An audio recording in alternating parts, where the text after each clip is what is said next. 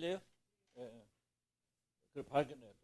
사실 비교하고 같이 뭐하고 같이 해야 되면 비교하고 경쟁을 같이 해야 돼요. 거의 비슷하게 하면 굉장히 심각한 거예요. 모두 다. 우리만 그런 게 아니고 비교는 그리고 경쟁은 무의식적으로 지속적으로 해오고 우리 교회는 보니까 사실 경쟁 굉장히 많이 했었는데 요즘은 굉장히 줄었어요. 현저하게 줄었어요. 거의라고 못 보겠어요. 하나님 큰 은혜라 생각이 들었는데 개인적으로 아무래도 이제 무의식적에서 경쟁하고 그러겠죠. 그런데 막 드러나게 내놓고는 거의는 좀 그런데 8, 90%는 없어진 거예요. 초창기에는 이게 담당을 못했어요. 우리 사모님 너무 힘들었어요. 그런데 이게 참 하나님 은혜 가운데요. 잡혀져서 지금은 우리 교회는 뭐 비교한다. 무의식적으로 하겠지. 그런데 아니 좀 뭐 진부했다 그렇게 되긴 되지만 또 여러분이 이제 사회 나가게 되면 직장에 간다든지 또는 다른 교회들과 어울리게 되어주면 이 비교 경쟁 무의식 속에 이제 강력하게 올라와요. 그래서 이건 꼭 우리가 해결해야 되겠다. 그렇습니다. 비교를 자꾸 제가 반복하는 이유는 뭐냐면 이게 대충 여러분이 외우지는 않아도 이런 거구나 인식을 하고 있어야만 여러분이 이런 상황 속에서 끄집어내서 해결할 수 있죠. 이걸 인식하지 못하면은 그냥 넘어갑니다. 강의가 목적이 아니고 이걸 통해서 우리가 비교하고 있구나, 경쟁하고 있구나. 이것이 이렇게 나쁜 거구나, 죄구나. 왜냐하면 우리는 죄를 자꾸 윤리적, 도덕적으로 보니까 내가 수없이 이야기하지만 저부터도 그래서 우리가 막 크게 나쁜 짓 안 하면 음란한 짓 안 하고 도둑질 안 하고 그러면 우리는 죄 짓지 않는다고 생각합니다. 그렇지 않아요.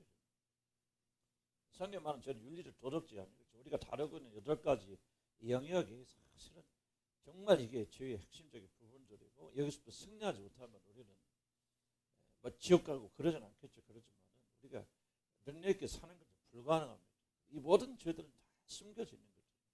탐심 어디 드러납니까? 그리스도인들이 흡식에 숨어있거든. 불신. 근데 나는 이제 이거 하면서 굉장히 많은 덕을 봐요. 저것서 내가 아까 잠깐 기도했듯이 강의 들으면서 좀 나는 지금 그런 걸 체험하고 있겠죠. 정말 저는 현저하게 참 희한하다 싶을 정도로 좀 그런 것들이 돌파가 되어지고 그래서 아까 잠깐 기도하면서 얘기했지만 이건 8가지 부족은 내가 생각지도 않은 거고 또 얘기하면 여러분 나도 지겹고 여러분도 지겹잖아요. 근데 이건 진짜 이게 지금 1년째 돼가는데 거의 1년 돼가죠? 1년까지는 안 되나? 이게 시작한 지? 언제였는가?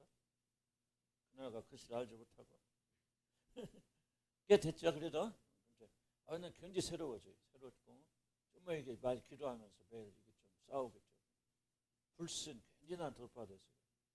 탐심 좀 아직도 싸우고 있는데 그 용기가 그러니까 많은 부분에서 좀 하나님께 도와줬어요. 그래요. 그래서 저와 여러분이 이 죄에서부터 승리해야 싸움에서 이기는 거다 생각이 들어요.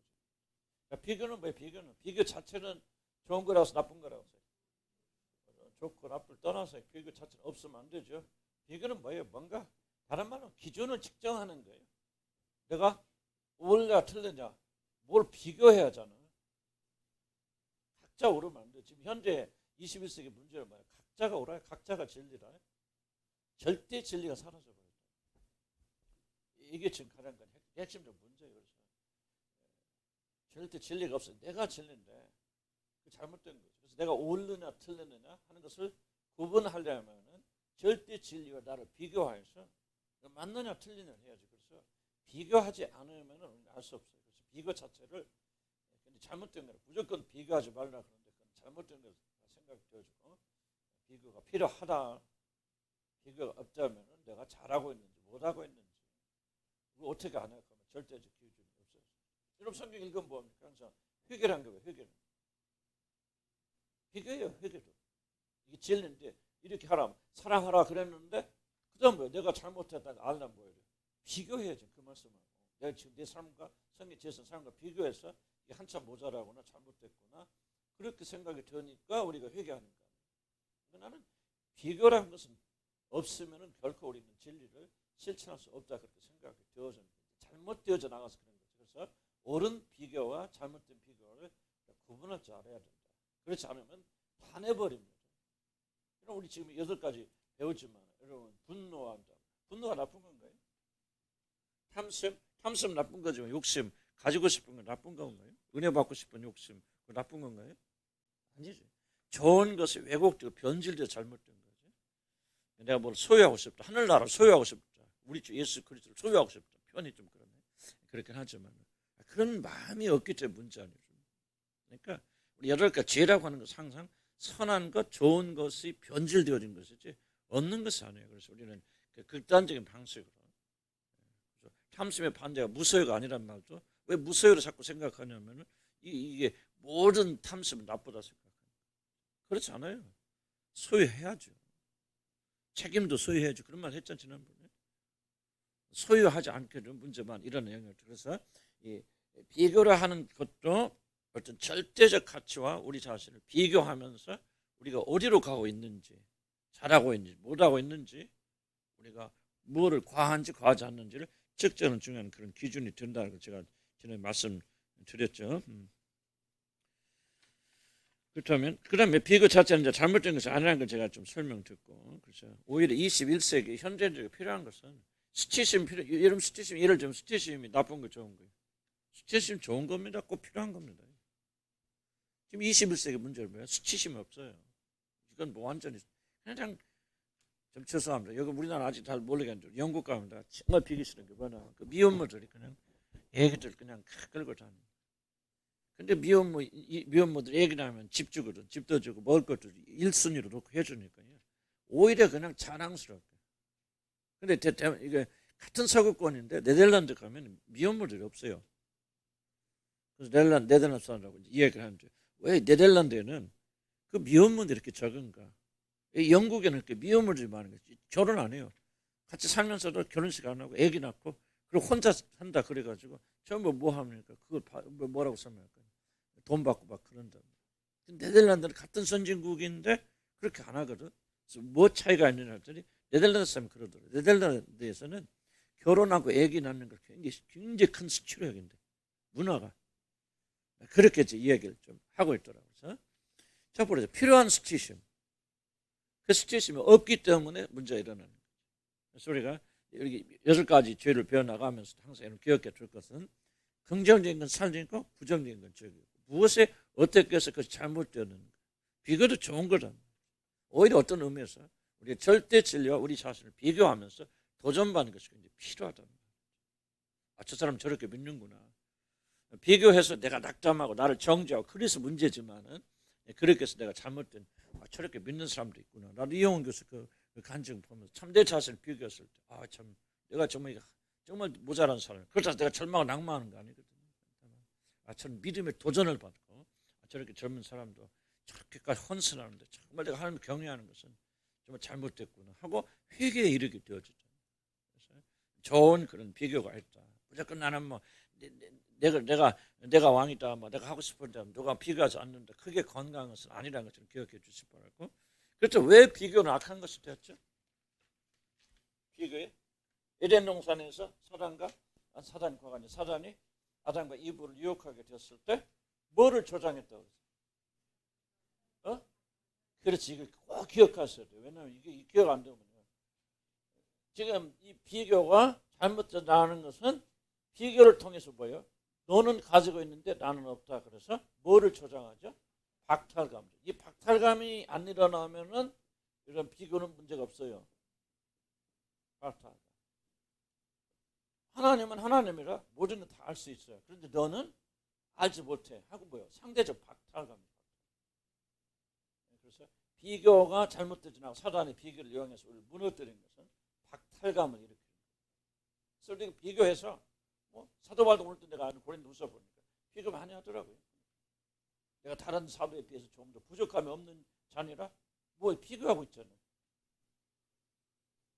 비교하죠. 그런데 뭐가 없어요? 박탈감이 없는 게 없어요.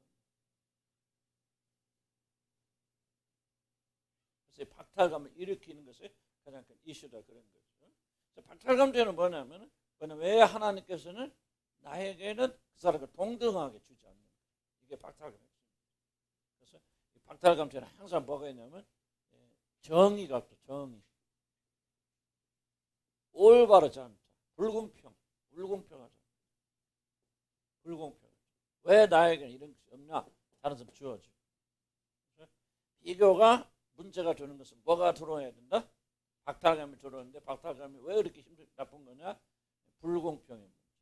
하나님이 저 사람을 더 많이 사랑하시고 더 주시고 나는 안 주시고. 이게 뭐야? 하나님 공평하지 않잖아요. 그런 마음들이 이제 비교를 파괴적으로 만들어간다는 걸 지금 설명을 드려요. 그래서 이 핵심적인 내용을 제가 반복한 이유는 이런 것 적어도 이런 것들은 꼭 기억을 하셔야 됩니다. 기억 못하면 안 된다. 그러니까 비교를 어째서 할 수밖에 없는 상황이 있을지라도 뭐가 들어오지 않도록 총력을 기울여야 된다. 박탈감 들어오지 않도록 그렇게. 그래서 이 박탈감은 뭐라 하냐면은 박탈은 뭐냐면 차이를 인정하지 않는 거죠. 모든 사람들은 차이가 있죠. 이걸 여러분 받아들여요. 하나님께 창조하실 때 모든 사람 달리 창조하잖아요. 어떤 사람 쟤는 더 많이 주시고 덜 주시고 이거 뭐 다 공평하신 하나님께서 다 공평하게 그렇게 생각하지는 않아요. 하나님께서 누구에게 좀 더 많이 주시고 뒤에 이제 나옵니다. 뒤에 이제 오늘 안 나올 거예요. 어떻게 하면 이 비교에서 벗어날 수 있느냐? 비교의 함정에서 하나님 주권을 인정할 필요가 있죠. 내가 아무리 생각해도 하나님은 공평하신 분이에요. 뭐 어떤 사람 이걸 주고 어떤 사람 저걸 주고. 근데 사실 아무리 연구해봐도 연구가도 봐도 공평하지 않은 부분이 많아요. 하나님께서 어떤 사람 더 많이 주시고 덜 주시고 다 이것저것 다 따져도 플러스 마이너스 해봐도 조금 계산 안 맞아. 그 어거지로 하나님 다 공평하신 분이다. 이렇게 어거지를 하려고 하니까 공평하지 않은 걸 공평하자고 그러니까 이게 인정이 안 돼. 공평하지 않을 수도 있어요. 하나님께서. 근데 왜 감사해? 그럼 내가 이 사람 100개 주더니 10개 준다. 여러분 그 뭐죠? 포도원에 일꾼들이 있잖아요. 일꾼들이 나가서 새벽부터 가서 이런 사람 한 달란트 받고 나중에 저녁에 들어서 한 달란트 받으니까 막 분노하고 그러잖아요. 뭐 그렇게 공평하지 않다는 거죠. 내가 뭔일 하다. 어제 밤 한숨도 못 자가지고 하나님 은혜 받고 기도하고 뭐 하여튼 뭐 시험사서 내가 뭔 말하다 그래. 그 주권, 그 주권. 그래서 그 사람이 이제 뭐라고 왜 이렇게 공평하지 않습니까? 그랬을 때 그 주인이 뭐라고 하지? 단순히 말 아니 내 것 가지고 이거 하나 주고 너도 하나 주는데 뭐가 10이냐? 그게 하는 주권. 나는 오히려 사실 그게 더 맞지 않나 그런 생각이 들어요. 오히려 더 그게 맞지 않나? 좀 누구는 더 예쁘게 했어요. 쟤는 뭐 얼굴은 예쁜데 나는 마음은 하나님께 예쁘게 참석할. 그건 좀 내가 엉터리 이야기 같고. 그래 좀. 근데 하나님은 그런 하실 수 있는 권리가 있잖아요. 주권을 누구 더 줘? 주인이 더 주는 거를 우리가 무슨 시비입니까? 근데 나중에 계속 다시 정확히 설명하겠지만은 나는 모든 문제를 해결하는 하나의 그 중심적인 축이 뭐가 있냐? 하나님의 주권을 인정하는 이게 굉장히 나는 가장 핵심적이라 생각해요. 어거지로 막 해석을 하죠. 자, 그다음 봅시다. 그다음 비교에 동반되는 이제 제가 조금 하다 보니까 하고 나서 또 이제 제가 또 고치고 뭐 이럴 건데 적어도 비교에 동반되는 여기는 다 안 났으면 다섯 가지 감정이 있습니다. 감정이란 좀 표현이 그런데 감정 느끼는 다섯 가지 비교하게 되고 비교도 이제 잘못된 비교죠. 잘못된 비교를 하게 되고 병적인 비교를 하게 되고 비교의 함정에 빠지게 되면 일어나는 다섯 가지가 있는데 여기에 조금 제가 여기 세 가지만 기록했을 거예요. 순서가 굉장히 제가 다시 한번 보니까 순서가 좀 중요하더라고요. 그래서 첫 번째 이런 비교하게 되면 잘못된 비교하게 되면 어떤 감정이 제일 먼저 떠오르냐? 어떤 감정이 오를 거예요? 이 박탈감이 1번 감정입니다. 이 박탈감 안 일어나면 비교는 큰 문제 없어요. 박탈감, 나는 상대적 박탈감. 저 사람 있고 나는 없고 그러니까 불공평하는 그런 것이 없으면은 사실 문제 안 일어납니다. 그래서 박탈감이 있고 두 번째는 뭐가 있냐면 박탈감이 있으면 두 번째는 이게 좀 순서 바뀌었는데 실패의식이 먼저 와야 맞는 것 같아. 실패의식이 저 사람이 있고 나는 없어. 있고 없어. 그럼 뭐야? 실패의식. 난 실패했구나. 난 아무것도 아니구나. 실패의식. 실패의식이 뭐를 만드냐면은 수치심을 만들겠죠. 나는 실패했어. 모자라. 가진 것이 없어. 그러니까 뭐가 돼? 실패자로서의 수치심이 일어나겠죠. 뭐 순서가 중요한가? 뭐 그런지는 잘 모르겠어. 그런 내 생각에 조금 이게 그래도 일리가 있다고 생각이 들거든요. 그 다음에 이제 수치심이 들면 뭐가 되냐? 이제 경멸의 단계로 가면 경멸. 자기를 경멸하건 다른 사람을 경멸하건 수치심을 가진 사람은 반드시 누군가를 경멸하게 되죠. 그것도 못해? 이런 식으로. 그것도 이해 못해? 경멸. 목사를 또 많이 가면 아유 그것도 우리 교인들 이해 못하는가? 사실 그게 하나의 경멸이거든요. 속이 터져서 그렇게 하지만은 그러나 이게 뭔가 잘하지 못하는 사람에 대해서 평가를 내리고 그러면 경멸. 경멸하게 되면은 그 다음 단계 뭘로 가게 되냐면 어디 적었나? 그다음에 원망으로 갑니다. 물론 원망이 앞에서 시작해서 있지만은 원망은 누굽니까? 결국은 부모 원망이 됐건 하나님 원망이 됐건 책임 전가 같아요. 어떤 원망이 일어나게 돼요. 그래서 뭐 대적은 행위니까. 그래서 적어도 이 비교의 함정에 빠지게 되어지면은 여러분들이 5가지 영역에 있어서 감정적인 것이 일어나요. 첫째 뭐가 일어난다? 박탈감. 난 박탈감이 굉장히 중요한 핵심이라고 생각해요. 박탈감이 비교를 악하게 만드느냐, 괜찮은 비교를 만드느냐 하는 어떤 결정적인 역할을 담당하는 것이 바로 박탈감입니다. 박탈감이 없으면 그 다음에 뭐가 오죠? 실패 없어요. 나는 모자라거나 부족하거나 실패했거나 다른 사람에 비해서 열등한 사람입니다. 그래서 이제 나중에 나오지만 이제 이 감정이 여기에는 들어있지 않겠지만은 열등감이라는 게 굉장히 좀 중요한 요소 중 하나입니다. 비교 의식에서 비교를 하는 사람들은 왜 비교하느냐? 사실 왜 이걸 여기다 감정에다 집어넣지 않았냐면 열등감은 비교를 하는 주 원인 중에 하나가 열등감입니다. 열등감을 가진 사람은 비교하고 경쟁합니다. 도전적인 게 아니에요. 그 사람 열등감이 있기 때문에 열등감을 극복하기 위해서 항상 자기가 누구를 비교하게 되고 비교하는 사람과 무의식 경쟁하게 됩니다. 왜 그렇게 합니까? 그 사람 숨어있는 원인은 열등감입니다. 열등감이 없는 사람은 경쟁 안 합니다. 비교 안 합니다. 자기 스스로 만족합니다. 열등감이 있고 나는 열등감 사실은 실패의식, 수치심 이게 다 다르게 표현하면 열등감 이렇게 말할 수 있겠죠. 이것이 있는 사람들은 반드시 비교하고 경쟁하게 됩니다. 어쨌든 5가지 영역: 박탈감, 실패의식, 수치심, 경멸. 경멸이라는 뭐 감정이라기보다도 행위라고 볼 수도 있겠죠. 그런 것들이 이렇게 이어져 나옵니다. 그래서 여러분들이 이제 이거를 내가 뭐 비교하지 않게 도와주세요. 그렇게라기보다는 여러분들이 왜 우리가 비교가 어려움을 가져다 주냐면은 사실 이런 감정들이 여러분 지배하기 때문입니다. 왜 우리가 비교에 대해서 그렇게 비교 같은 경쟁이 됐건 그렇게 그냥 빨려 들어갑니까? 왜 그렇게 끊어내기 어렵습니까? 사실 감정이라고 하는 것이 연결이 안 돼 있으면요 파워가 없어요. 부정적 감정들이 연결되어 있고 그것을 몰고 가기 때문에 이것이 무의식 속에서 이 비교가 끊어낼 수 없는 강력한 힘이 되고 경쟁하게 되어져요. 박탈감 없어 보세요. 비교 안 하죠. 실패의식 없어 보세요. 수치심 없어 보세요. 이게 이제 감정이 경멸하죠. 원망 이런 마음 없어 보세요. 그 사람 비교하면서 그렇게 안 하죠. 그래서 여러분들 이 감정을 여러분들이 잘 찾아내야 돼요. 실패의식이 어떤 것이 더 강한지. 박탈감이나 실패의식, 수치심 강한 사람들 우울적으로 많이 가게 될 것이고 경멸이나 원망이 강한 사람들 이제 공격적으로 가게 될 것이고 양상은 좀 달라지겠지만 또 더 있겠죠. 그러나 내가 볼 때는 5가지 영역 속에서 이제 비교가 들어오면은 강력한 그 힘을 행사하게 되어집니다. 그래서 여러분들이 이걸 다루지 않으면은 그래서 왜 이제 단순하지 않냐면 많은 분들은 이렇게 강의 몇 번 줘서 해결되는 거야. 이런 박탈감, 박탈감 나쁜 거야. 박탈 안 가질 거야. 이게 금방 그렇게 됩니까? 아니죠. 박탈감은요, 뭔가 자기 내면이 다른 거로 채워지면은 그때만 박탈감에서 벗어날 수 있죠. 박탈감은 비어 있는 거 아니죠? 비어 있는 거죠? 모자라, 나는 없어.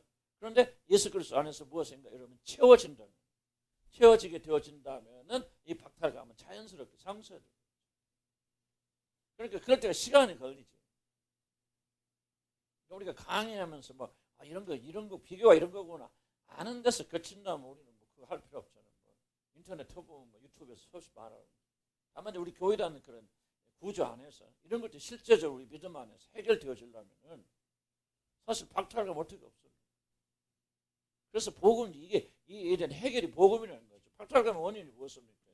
무엇이 없기 때문에 박탈감이 있는 게 아니죠. 내 내면이 공허하기 때문에 그분의 영혼이 하나님을 그리스도로 채움 받지 못했기 때문에 공허하니까 박탈감은 이미 가지고 있는 박탈감이 다른 것을 보면서 다른 것을 통해서 드러날 뿐이지. 없는 박탈감이 저 사람이 오늘 뭐 보니까 벤츠 타고 산에 우리 옆집 아저씨 그래서 박탈감이 생기는 게 아니에요. 안에 있는 박탈감이 옆집 아저씨가 벤츠를 타고 가는 것을 보니까 갑자기 뚜껑이 열리듯이 박탈감 스치심. 그럼 나는 지금까지 무한 거야. 30년 40년 직장 생활을 했는데 겨우 밥도 제대로 못 먹고 나는 소나타 타고 다니는데 저 친구는 벤츠 타고 다니네. 눌러왔던 실패의식 스치심이 올라오는 것이지. 이해가시죠? 그렇기 때문에 이걸 다 올려면 하루아침에 되는 게 아니죠. 복음으로 다시 돌아가서 우리 전 존재가 예수 그리스도는 충족해주고 충만해집니다. 벤츠 안 타도 배부르단 말이에요. 이래야 박탈감이 안 오는 것이죠. 박탈감 없어져라. 뭐 예수 이름 명단에 박탈감 사라지쳐라. 막 그런데 박탈감이 없어집니까? 도움이 될 수도 있어요. 그렇긴 하지만 나는 좀 그게 주설이다 생각해요. 그래서 항상 복음과 치유는 같이 가야 됩니다. 복음으로 이렇게 되어진 사람들은 이게 자동적으로 해결이 돼 있어요. 돼 있는데 안 된 이유는 뭐냐면 여러분 잘못된 복음을 알고 있기 때문에. 복음 그냥 예수 믿고 천당 가는 줄 그렇게 끝나버리지. 그리고 뭔가 주를 위해서 헌신을 하고 이 복음의 얼마나 놀라운 것인가를 복음의 능력을 체험해봐서 여러분 내면이 속사하면 강건하지 않으니까 이런 문제 있다는 것은 나는 그렇게 생각해요. 저와 여러분이 복음에 대해서 완전히 잘 알고 있고 복음 속에 아직 들어가 있지 않잖아요. 그건 못 봤다는 말 하고 있는 게 아니고 그래서 우리는 한쪽에서는 복음이 무엇인가를 계속 강조를 해요. 지금 복음 얘기하는 거예요. 다른 얘기하는 거예요. 아니, 복음의 능력이 이런 것을 해결해 주지 못한다면 무엇이 구원입니까? 이런 데서도 건짐 받는 게 구원이죠. 죄에서도 용서받고 죄의 세력 이게 다 죄 때문에 생긴 거 아니에요. 에덴 동산에 무슨 박탈감 있고 실패의식이 있어요. 사단이 가지 들어와서 아담과 이브를 유혹해가지고 이걸 조장해낸 것이지. 예전에는 이런 게 없단 말이죠. 범죄하기 전에는. 그러니까 죄가 복음이 뭐예요? 죄를 이기고 죄를 정복하는 게 복음이잖아요. 그러니까 실제적으로 이런 문제들이 해결되는 것이 복음의 능력이지. 뭐 복음은 그냥 오직 예수만 믿고 전당 가고 영적인 것 이게 다 영적인 거지 육적인 게 아니라. 그래서 5가지 영역을 제가 또 고칠 수도 있겠죠. 그러나 하여간 꼭 감정 이건 3개는 감정 영역이고 2가지는 행동 영역이지만 일단 비교가 오라하게 되어지면은 5가지 중요한 특징들이 일어나게 되어집니다. 근데 이제 수치심 같은 거는 굉장히 숨어 있는 감정이잖아요. 그렇죠? 수치심 약간 옛날에 배웠지만 기억은 거의 안 나겠죠. 그렇지만 수치심은 뭡니까? 굉장히 숨어 있는 감정, 인식하기 어려운 감정. 내게 수치심이 있다라고 그렇게 깨달을 수 없어요. 그 정도 깨달을 수 있으면 그럼 수치심에서 많이 벗어난 사람이죠. 그래서 이제 좀 조금 어려운 부분들. 여러분 이제 인식해 나가면서 내가 이것 때문에 이렇게 행동할 수도 있겠구나 하는 인식만 돼도 그런 굉장히 깊은 치유 속에 이미 들어가고 있는 거고 그런 사람은 해결이 되어집니다. 우리가 해결이 안 되는 것은 뭐냐면은 자기 행동에 대해서 원인을 알 수 없는 행동들. 그럼 모른다. 왜 내가 이러냐. 그건 이제 분석하기 시작해요. 그래서 치유의 가장 핵심적인 건 자기 분석이에요. 내가 왜 일을 하는가를 이해하기 시작하면 그 사람은 그래서 또 벗어날 수 있는 그런 힘이 물론 성령이 다 도와주시면 그렇게 한다는 거죠. 뭐 다 설명했죠. 박탈감은 충분히 이해가죠? 어려울 거 없어요. 그 다음에 실패했을 건 박탈감을 느끼는 그러니까 보세요. 저 사람 벤츠 탔는데 나는 없어. 박탈감이죠? 그 다음 뭐요? 그 다음 질문. 그럼 난 지금까지 뭐 한 거야? 이게 실패였어. 그러니까 나는 뭐 한 거야? 내가 이런 것을 보여. 나는 아무것도 아니구나. 실패했고. 정말 나는 뭐 하고 자기 존재감이 확 떨어져 버리게 돼. 자기 존재에 대한 질문. 그러니까 나는 뭐 했어? 회의지 회의. 실패였어라는 거지. 내가 이룬 게 뭐야? 성취한 게 뭐야? 내가 가진 게 뭐야? 내가 성공한 게 뭐야? 이제 실패의식이 오게 돼. 실패의식이 되면 의식이 이제 지나가면 싸우겠죠. 그러다 이제 그게 딱 내려가면 뭐야? 수치심. 깊은 수치심이 나락으로 떨어지는 거야. 수치심에 담겼으니 뭐가 오냐? 우울이 오죠. 우울. 우울기가 있는 사람들은 우울을 쉽게 느끼는 거, 우울기가 없는 사람은 잘 못 느낄 차이뿐이지. 우울은 다 있는 거 누구든지. 그리고 여기처럼 나는 실패했구나. 그럼 우울한 거죠. 우울하게 되면 뭡니까? 수치심 되면 자기를 경멸하든지 차는 경멸 단계로 들어가 자기를 경멸하죠. 그럼 너는 뭐 지금까지 봐, 이 실패자야 하고 자기를 처벌하기도 하고 자기를 채찍질하기도 하고 자기를 비하하기도 하고. 그러니까 이제 여러 가지 형태가 있겠죠. 그러나 경멸의 단계로 나갑니다. 경멸에 가면 보면 이 사람들 하나님 원망하는 거죠. 불평하죠. 왜 나는 이렇게 했어? 그러면서 주님과 이제 멀어지게 되죠. 여러분 이걸 잘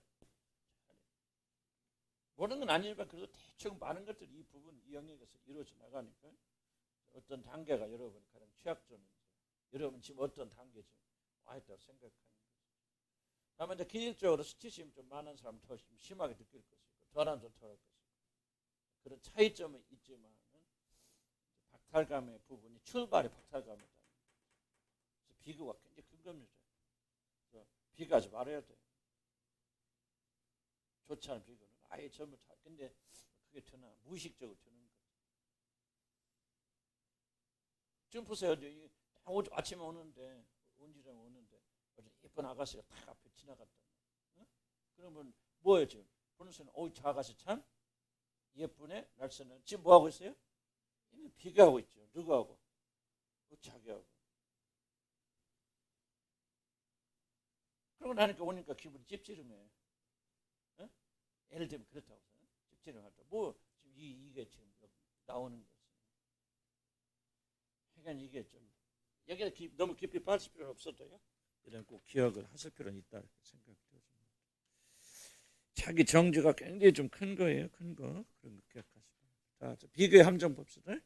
비교 함정도 나는 굉장히 중요하다고 생각하네. 첫째, 우리는 비교의 함정은 뭐냐? 이것만 조심하면 비교를 좀 덜 한다는 얘기죠. 아주 안 할 수는 없어도. 뭐라냐? 첫째는 비교하는 데서 우리가 문제 알지 못한다는 사실. 그래서 우리는 껍데기만 보고 그 사람이 겉으로 드러나는 그 하나만 보고 우리가 비교 세상 알지 못하는. 제가 뭐 인터넷에 어디 보니까 유튜브에 보니까 그거 나오더라고. 어떤 중국 사람 같아. 보니까 중국 여자인데 죄송해요. 내가 이렇게 외모를 말하는 게 아니라 있는 그대로 못생겨도 그렇게 못생겼어 여자가. 참 진짜 참 이렇게 참 평가 아니 그냥 평가를 해도 용서하시고 여러분 이해를 해서 평가를 하는 거니까. 여자가 못생겨도 그렇게 못생겼을까. 근데 뭐라 하냐면 화장을 하는 거예요. 화장을 그렇게 해서 한 2, 30분 딱 하는데요. 딱 20분 지나니까 완전히 다른 여자가 되는 거예요. 예, 아주 그냥 나는 쇼크를 받아. 그런 쇼크처럼. 뭐 자료인가 찾다가 내가 찾아봤는데 그게 이게 무슨 얘기 같지만 바로 이렇다는 거지. 그러니까 그 겉으로 보이는데 화장을 예쁘게 했기 때문에 정말 이제 화장빨이라고 그러잖아요. 완전히 그냥 했기 때문에 우리가 볼 때는 뭐라고 생각합니까? 보이는 모습이 바로 그 사람이라고 생각하죠. 그래서 그 사람이 이렇게 아름다운 사람일까요? 하고 그 사람과 나를 비교하면서 자기가 절망에 빠지지 않습니까? 중요한 건 이겁니다. 그 화장 밑에 어떤 얼굴이 숨어 있는지 안다는 거 모른다는 거예요. 모른다는 거예요. 좀 쉽게 내가 설명하고 있어 바로 그런 거예요. 그래서 우리는 비교하는 대상을 온전히 알지 못합니다. 그래서 비교하는 것 자체는 굉장히 어리석은 일이라고 말합니다. 우리는 겉으로 보는 것 같이 비교하죠. 그리고 그 사람의 한 단면, 그 사람이 여러 면이 있잖아요. 여러 면이 단면이 있는데, 여러 면이 단면이 있으니까 그 사람 그죠? 여러 가지 단면이 있는데 어떤 면은 굉장히 아름답고 좋게 되지만, 보세요. 도표를 짜면 어떤 면은 굉장히 아름답고 좋고, 어떤 면은 아무나 못한 면도 있고, 이게 왔다 갔다. 근데 비교는 되게 뭐냐면 그 사람이 지금 최고로 아름답게 보이고 가장 좋은 한 장면을 어떻게 생각하면 그 사람의 전체를 이건 굉장히 비합리적인 거예요. 그 사람이 지금 최고로 잘한 그 부분하고 내가 최고를 하지 못하는 그런 부분하고 잘못 매치해서 비교하게 되는 거예요. 그래서 우리 그렇게 누군가를 비교할 때 나는 그 사람이 누군지 몰라. 만약에 여러분이 그 사람의 전부를 알게 된다면은 여러분은 그 사람을 더 이상 동경하지 않을지, 그리고 비교하지 않을지.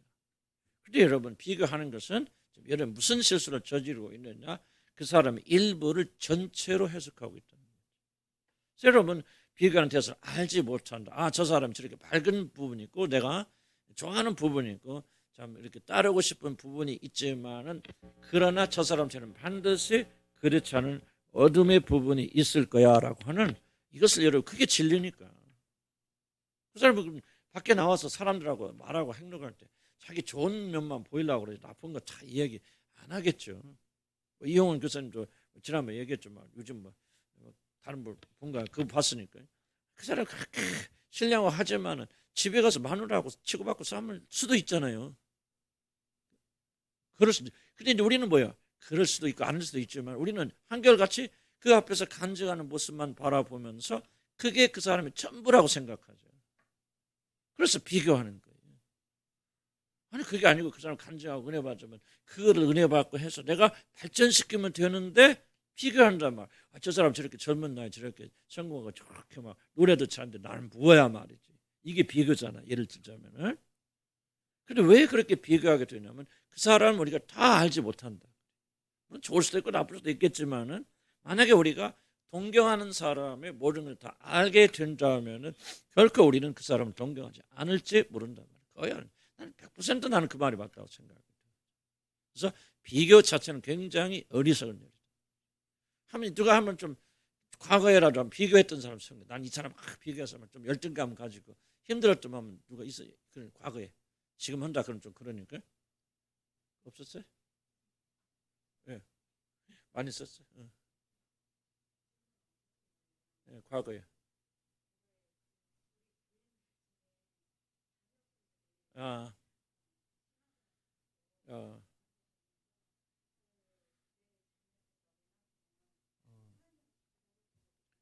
그렇죠.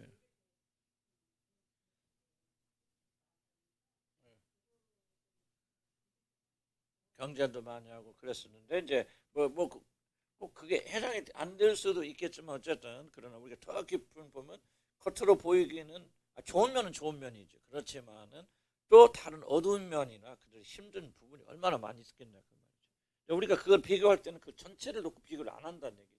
잘하는 것만 보겠죠. 아까도 손. 예,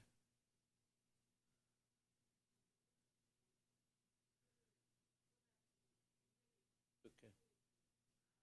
예, 예.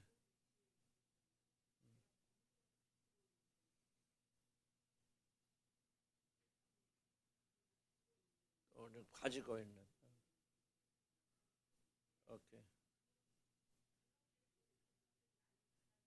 바라기고 저 사람 모든 걸 다 가지고 있고. 예. 그래, 만약에 내가 그 사람의 모든 걸 다 알았더라면은 그렇게 부러워하지는 않을 수도 있겠죠. 그렇죠. 그러니까 좀 여러분들이 이걸 이렇게 지금 1번의 문제는 우리는 비교하는 대상을 다 알지 못하고 모든 인간들은 밝은 면도 있고 어두운 면도 있고 성공하는 부분도 있고 실패하는 부분도 있다. 그러나 우리가 비교하게 될 때는 이게 무너져 버려서 한쪽만 강조하게 된다. 그래서 비교하는 것은 지혜 있는 일이다, 어리석은 일이다. 아주 어리석은 일이다. 두 번째, 상대의 최고점에 나의 차이점을 비교합니다. 그 중간에 제가 이제 다음에 좀 설명 더 줬다면 두 번째 하고 싶은 얘기는 우리는 한 부분을 가지고 전체를 비교하는 경향이 있다. 비슷한 얘기 같지만요.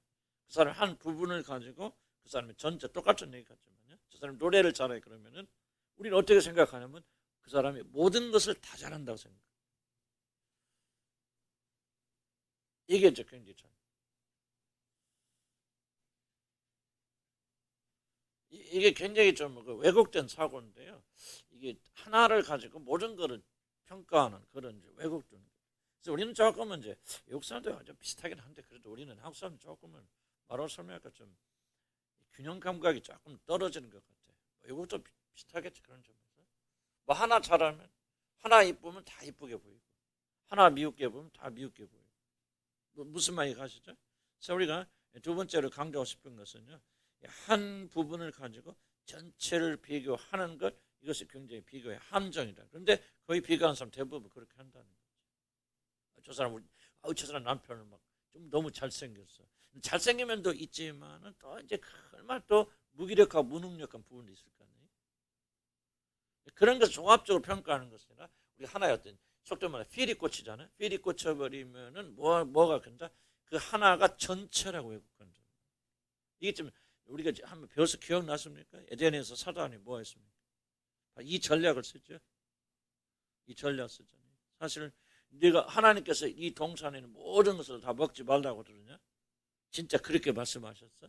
근데 하나님께서 그 말씀은 하나잖아요. 근데 뭐를 프레임을 씌워버리죠? 사단이 전체라는 프레임을 하나 다 씌워버리죠. 그러니까 그때부터는 뭐예요? 아담과 이브는 하나가 아니라 하나님께서 모든 전체를 금하신 건 착각스러워. 이거는 뭐 성경이 그렇게 말하지 않을 수 있겠죠. 그냥 심리학적인 차원에서 분석해 보면은 바로 그런 거죠. 이게 사단이 주로 쓰는 프레임이 뭐냐면 하나를 가지고 전체로 전체 프레임으로 씌워버린다. 그래서 우리가 뭐냐 싸울 때 당신은 단 한 번이라도 그런 거 해봤어? 나도 그렇게 했어 과거에 많이 했어요. 많이 했나? 많이 했대. 아이고 당신 한 번이라. 근데 그 말이 전혀 맞는 말 아니거든요. 그래서 나는 보면서 요즘에 거의 안 하지만 이게 굉장히 왜곡되어 있어요 사람들. 여러분이 이제 왜곡에서 안 벗어나면요 승리할 수 없어요. 그래서 우리가 왜 진리를 배우냐면 사단은 지금도 이런 식으로 거짓말하고 있겠죠. 자 보세요 왜곡이잖아요. 그 사람이 하나 좋아. 근데 우리 눈이 뿅 가버리면 모든 게 좋다고 생각해요. 그래서 그 사람과 비교하고 경쟁하고 낙담하고 좌절하고 절망하고 그래요. 자, 무슨 말 이해가죠? 그래서 하나를 가지고 전체를 비교하지 마. 어리석은 것이다. 일반하고 비슷합니다. 그래서 우리는 그 사람 전체를 우리가 이해하지 못한다. 누군지 모른다. 그 다음에 하나가 전체 비교하죠. 세 번째 왜? 상대 최고점과 나이트. 아까도 자매하겠죠. 상대 모든 최고점. 그 사람 막 노력해서 인생의 최절정이 올라올 수 있잖아요. 아니 여러분 왜 미모를 여러분 지금 60살 넘은 할머니들이 왜 앞에 지나가는 20대 처녀들하고 자기 미모를 이런 비교합니까?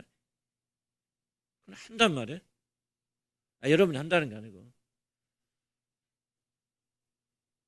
이해가 무슨 말인지? 절대로 그 사람들이 60살, 70살 먹은 할머니하고 비교하잖아요. 앞에 지나가는 열몇 살 먹은 애들 뭐 그냥 화장 안 해도 이쁘잖아요. 얘들. 그냥 젊어가지고 막 젊음 자체 화장품 아니에요. 왜 그런 애들하고 자기하고 비교합니까? 이 비교라는 게 굉장히 어리석은 거예요. 그렇죠? 상대 최고점과 나의 최저점을 비교하지 말고. 근데 많이 그렇게 한다. 뭐 혹시 그런 예 있습니까, 여러분이? 좀 적나라하게. 너무 적나라해서 말하기 좀 어려울까? 무슨 말인가 이해합니까? 저도 다 설명하기 좀 어려운데. 근데 비교는 굉장히 좀 이게 왜곡돼 있고 이게 논리적이도 아니고 굉장히 좀 잘못됐다. 비정상적인 거예요. 그 사람 최고점을 비교하면 나의 최고점을 비교하잖아요. 근데 왜 그 사람 최고점과 나의 최저점을 비교합니까? 그럼 우리는 항상 지게 되었죠. 낙담 절망하게 되었죠. 우리들은. 왜 이렇게 지는 게임을 계속 해나가고. 그래서 여러분들은 이렇게 배워나가면서 지금 여러분이 하고 있는 비논리적인 것을 여러분이 서로가 고쳐나가고 부셔나가야 돼. 이거 뭐 너무 잘못된 거구나. 근데 이제 습관에다 이렇게 하고 있기 때문에 성령 능력 안에 자꾸 바꿔나가고 이런 걸 자꾸 기억해요. 그래서 내가 또 반복하는 겁니다. 이런 걸 기억하지 않으면 또 비교하게 될 때 뭘 딱 이걸 기억하라 그 말이죠. 내가 지금 저 사람을 전체로 보고 있는 거예요. 아니 왜 일부분을 보고 왜 내가 그 일부분을 그 사람 전체로 생각하지? 저 사람 틀림없어요. 저렇게 좋은 면도 있지만 사실 뒤에는 더 어려운 면이 더 많이 있을 거야 라고 생각하면 그 사람 더 이상 동경의 대상이 아니죠. 그래 비교하지 않게 되어지거든요. 왜 저 사람 한 부분을 가지고 전체라고 왜곡해서 그렇게 해석하는가? 뭐가 잘못됐지? 저 사람처럼 지금 최고 잘하는 거 아니야? 자 보세요. 그 사람 노래를 잘한다 합시다.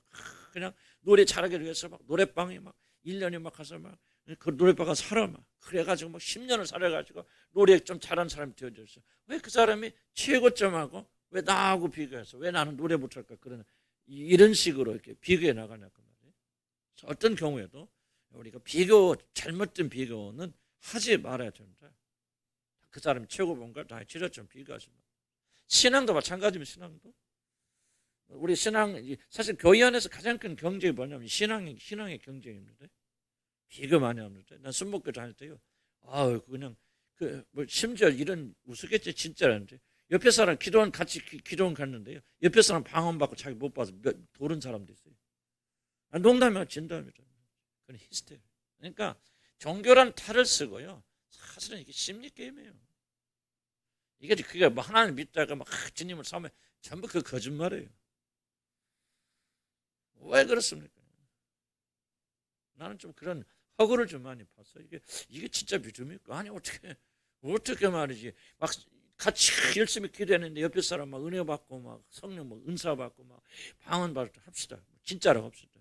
그렇다고 해서 내가 돌아버립니다. 내가 왜 나에게는 은혜 안 줍니까? 그러니까 카인과 아벨도 똑같은 일이 있나? 같이 예배 드렸는데 하나님이 아벨의 제자님을 불 주시니까 왜 나는 그러면서 카인이 돌아버린 거 그냥 살인한 거 아니에요. 참 이런 것들 참 보면요. 종교란 이름 아래 정말 엄청나게 잘못된 것을 하고 있다는 것을 다 쥐어져 하는 자마다 다 천국에 들어갈 거 아니에요. 누가 그런 사람을 열심히 의심하겠습니까? 정말 주님을 사랑하면 저럴까지. 근데 그거 안 그래요. 전부 다 자기 내면의 어떤 그런 것들. 전부 다라만 좀 표현이 그래요. 그런 것들을 우리가 교회에서 배워나가면서 그런 잘못된 오류들을 보면서는 안 됩니다. 종교적 열성을 심리적에서 나오는 어떤 그런 그 열정은 하나님에 대한 열심으로 그렇게 바꿔치가면 안 된다 그 말이죠. second 잘 배워나가시고 상대 최고점이 나의 최저점 비교하지 말고 지금 이런 막 피곤하거나 무슨 일이 잘못되거나 실패했을 때 굉장히 다운될 수 있잖아요. 저 사람 막 기도한 가서 막 은혜 풍만히 받아서 막 지금 성령 충만이야. 근데 저 일주일 있다 꼬꾸라져 저거. 근데 나는 그냥 완전 바닥이야. 그럼 왜 그걸 비교하냐 말이지. 이런 식으로 자꾸 생각을 좀 넓혀 나가야 됩니다. 무슨 뜻인가 이해가 갑니까? 나의 비교가 정당한가? 설명됐죠. 이거 무엇을 설명하고 있습니까? 결과만을 비교하지 말라는 거죠.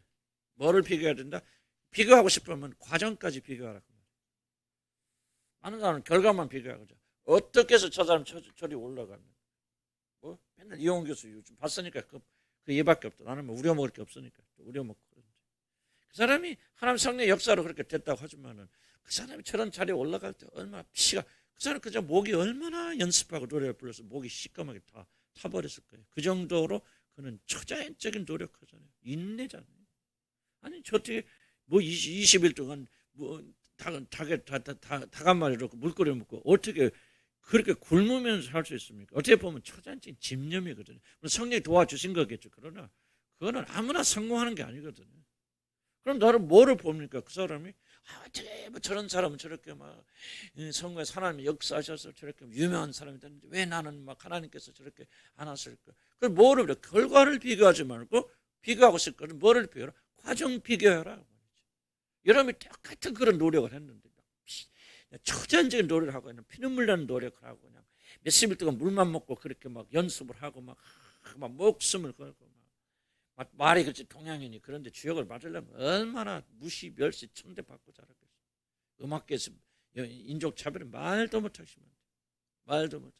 그걸 다 극복하고 이기고 노력하고 과정을 그럼 그 과정과 여러분이 들여진 노력과의 과정을 비교해 보라고 말이에요. 똑같이 그렇게 했는데도 불구하고 여러분이 뭐 그렇지 않으면 부당하다 그렇게 말할 수 있지만 되게 비교하는 사람들은 과정은 비교하지 않아요. 결과만 비교하지. 부당합니다. 비교 자체는. 무슨 말 이해합니까? 저 집 자녀는 왜 이렇게 잘 내고 그냥 잘 되기 위해서 그냥 하늘에서 뽕 떨어졌나? 서울대 들어가는데 그냥 서울대 들어갈 데 없었다. 그냥 멍청한데 그냥 어제 화자 보니까 그냥 어이구 그냥 서울대 들어갔습니까? 서울대 들어갈 발버둥 치잖아요. 어렸을 때부터 그냥 놀도 안 놀고 막 피눈물 나게 노력했단 말이에요. 근데 내 자녀는 그거 안 하지 않잖아요. 왜 부러워하고 비교합니까? 근데 그러니까 이게 논리적으로 생각해야 돼요.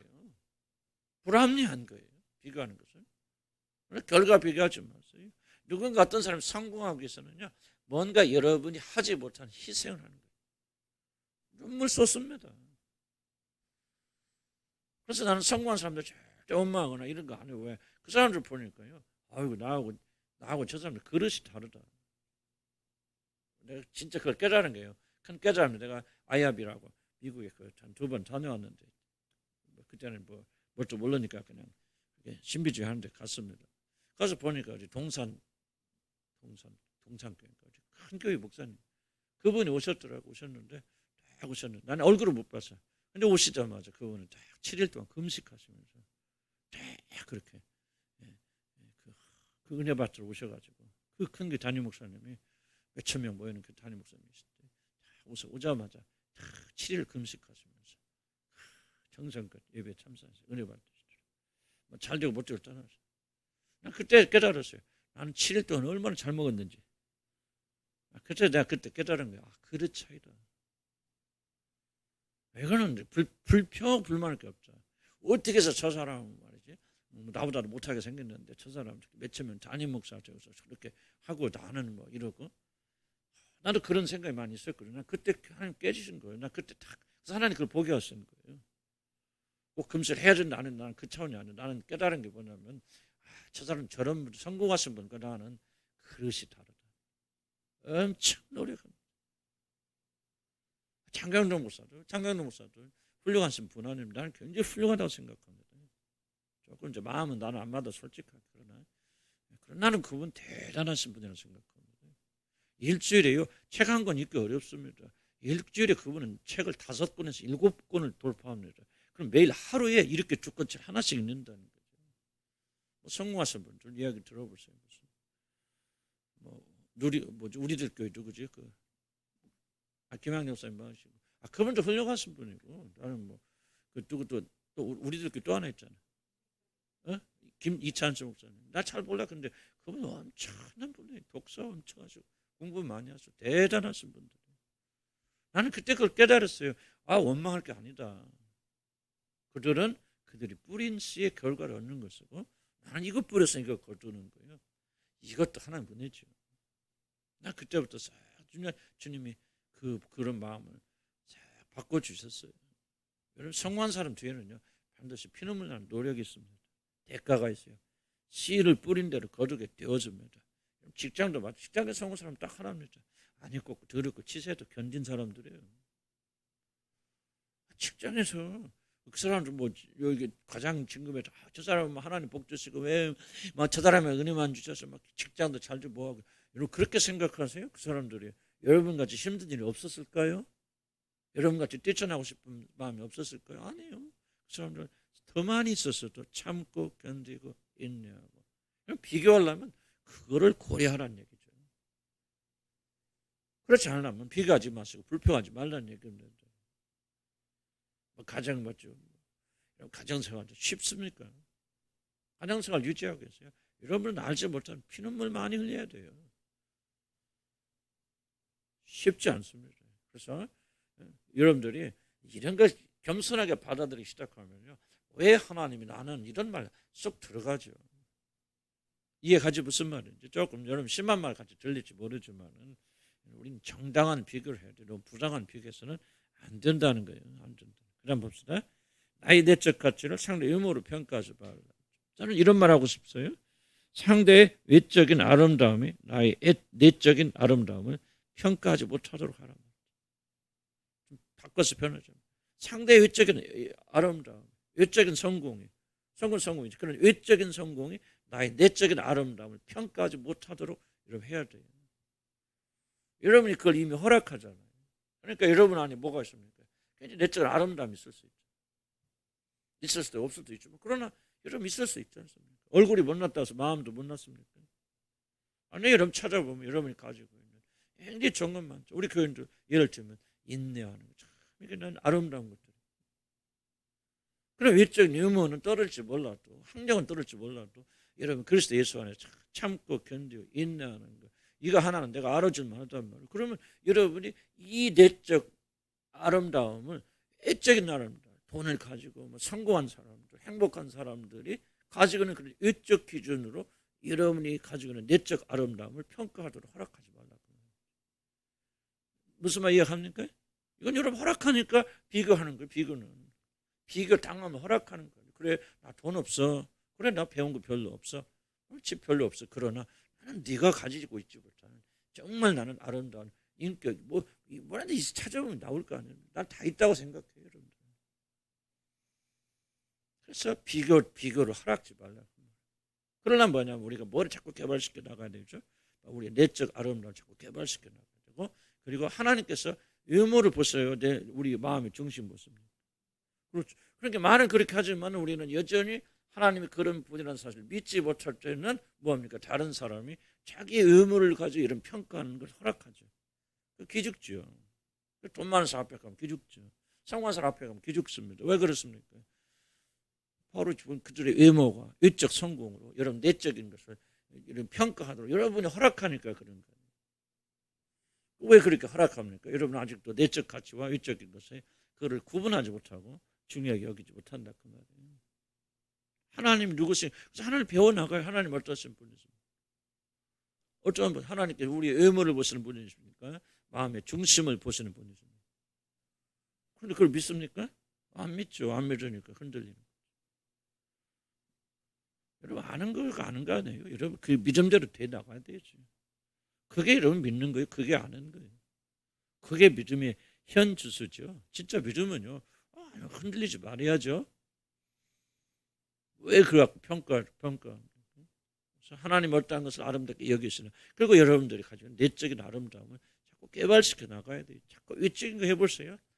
여러분 지게 돼 있어요. 세상 사람들. 여러분 뭐 열심히 해서 돈 벌어서 집 사보세요. 여러분 10채 사면 다른 사람 100채 사. 50평짜리 사세요. 다른 사람 500평짜리 사. 그럼 항상 여러분 비교당하고 이런 열등감 가지고 좌절 절망을 되어진다. 소리는 우리가 가지고 있는 정말 가난하고 별거 아니지만은 우리가 가지고 있는 내적인 그런 아름다움. 그 사도 바울이 말하는 가난한 자들은 그들의 부유함, 그리스도 예수 안에서 부유함을 자랑하라 그 말이에요. 너희들이 가지고 있는 내적인 유산이 무엇인가를 깨닫고 즐거워하고 기뻐하라 말이에요. 그래야만 우리가 세상이 우리를 평가하지 못하도록 우리가 막아낼 수 있는 거예요. 그러니까 비교 가지고 뭐가 됐든 이거 아무것도 아니라 생각하지 마시기 바랍니다. 이게 바로 여러분의 영혼의 현주소를 정확하게 보여주는 것들이에요. 여러분의 믿음을 열심으로 측정하지 마시기 바랍니다. 교회 와서 한 열심히 헌신으로 여러분 열심히 측정하지 마세요. 그거는 올바른 측정 잣대가 아닙니다. 올바른 측정 잣대는 바로 이런 거예요. 세상의 압력에 대해서 세상에 얼마나 당당하십니까? 이게 바로 하나님 나라와 세상의 나라를 정확하게 말씀하시는 거예요. 얼마나 여보다 더 많이 가지고 여보다 더 많이 똑똑하고 더 많이 배우고 더 많이 가진 사람들을 앞에서 여러분 당당할 수 있습니다. 저 사람 편 여러분 거의 당당하지 못해요. 뭔가 눌려있어 기 가지고. 그러니까 하여간 뭐 내가 다 이야기하면서 내가 또 느끼는 거 있고 좀 들어보면은 아직 멀었어요. 이게 바로 여러분 믿음의 현주소입니다. 조금 도전적인 얘기가 되지만요. 여기 우리 가서 우리끼리 모여서 열심히 하고 손들고 그거 하지 말라는 얘기 아니라 그것이 우리의 믿음이 아니에요. 우리 우물한 개구리끼리 모여가지고 이거 아니에요. 그거 아니에요. 전혀 아니고 세상에 나가서도 빛과 소금이 어디 가서도 세상 앞에서도 우리는 당당히 외면의 가치로 사는 자들이 아니라 하나님 주신 내적 가치로 산다. 그러므로 너 아무리 떠도 기죽지 말아야 돼. 실제로 그건 기죽잖아요. 영향받잖아요. 흔들리잖아요. 그건 뭐야? 이런 마음의 중심이 아직도 구원을 못 받았던 얘기예요. 아직도 복음의 능력까지 들어가지 못했다는 얘기죠. 복음의 능력은 단순히 내가 예수 믿었다고 주장하고 예수 믿으면 천가 안 믿으면 지옥 갑니다. 그러고 다니까 절에 가서 불질리는 게 복음의 능력 아닙니다. 세상 앞에서 당당하게 우리는 어떤 가치로 사는 자들인지 어떤 것이 우리의 기쁨의 근원인지 어떻게 뭐 하나님이 중요하게 여기는 것과 우리가 얼마큼 일치되는 삶을 사는지 내면이 중요하다. 그렇으면 우리는 외모를 취하지 말아야죠. 얼굴이 아무리 이쁘든 안 믿든 그거 여러분 그 사람의 영혼과 그 사람의 내적 인격보다 그 외모가 더 끌린다면 여러분 그리스도 아니란 말은 아니지만 여러분 한참 전 여러분들은 멀리 떨어지는 사람. 나도 그랬어. 나도 과거는 그 사람이 뭐 외모가 안 됐건 나 꼴고 얼굴 외모는 아니죠. 어쨌든 간에 좀 외적인 요건에 나도 많이 끌렸어요. 그리고 가지고 많이 평가했어요. 그런데 하나님께서 얼마나 그 잘못됐는지 알려주셨고 회개하고 지금은 이제 많이 옛날에 자유하는데 뭐 내가 100% 자유롭다고 말할 수 있겠습니까? 어쨌든 이것이 바로 우리 신앙이라는 거예요. 하나님의 것과 일치되는 게 신앙 아니에요. 하나님의 귀중하게 여기는 것이 귀중하게 여기는 것이 우리 신앙 아닙니까? 세상 사람들 똑같이 여기는 것과 똑같은 것에 가치 기준을 우리가 정하고 산다면 그렇게 산다면 우리가 어떻게 하나님 자녀라 그렇게 말할 수 없죠. 나는 뭐 내 말이 틀릴 수도 있겠지만 우리 교회 안에서 여러분이 얼마나 열성적이냐 하는 것은 결코 여러분 믿음과 비례할 수도 있지만 비례하지 않을 수도 있다는 얘기죠. 우리가 세상에서 어떤 자세를 가지느냐가 우리가 누구냐를 더 정확히 보여주는 그런 것이 되어지고 그것도 그렇지 않으니까 내면 속에서 어떤 격동이 일어나냐 그 말이죠. 여러분도 더 많이 가진 더 성공한 사람, 더 높은 사람, 더 훌륭한 사람, 더 잘하는 사람 앞에서 여러분이 얼만큼 격동되느냐가 여러분 신앙의 현주소. 전혀 그렇지 않죠. 오히려 거꾸로 나가고 우리가 하나님의 가치에 따라서 흔들리지 않는 그 믿음 아니겠습니까? 그래서 우리가 저와 여러분이 하는 것은 바로 그런 믿음을 가지고 있어요. 적어도 우리가 그리스도인이라 하면서도 그리스도의 가치로 살아가는 자들이 되지 못한다면 잘못되어진 거 아니겠어요? 뭐 예수 믿고 천당 가면 우리 집에 용서받아서 칭의 같고 뭐가 그렇다고 나 그거 필요 없다는 말이 아니고 그거 왜 합니까? 우리 지금 말하는 이걸 하기 위해서 하는 거예요. 그것을 건진받았다. 멸망받는 새 속에서 우리가 건진받았다. 세상의 가치로부터 건진받았다. 망하는 이 세대로부터 우리를 썩어지고 멸망한 이 세대로부터 우리가 건진받았다. 그래서 우리는 하나님 나라의 가치로 살아가게 되어집니다. 이것이 우리의 중요한 숙제입니다. 화장실 다녀오세요.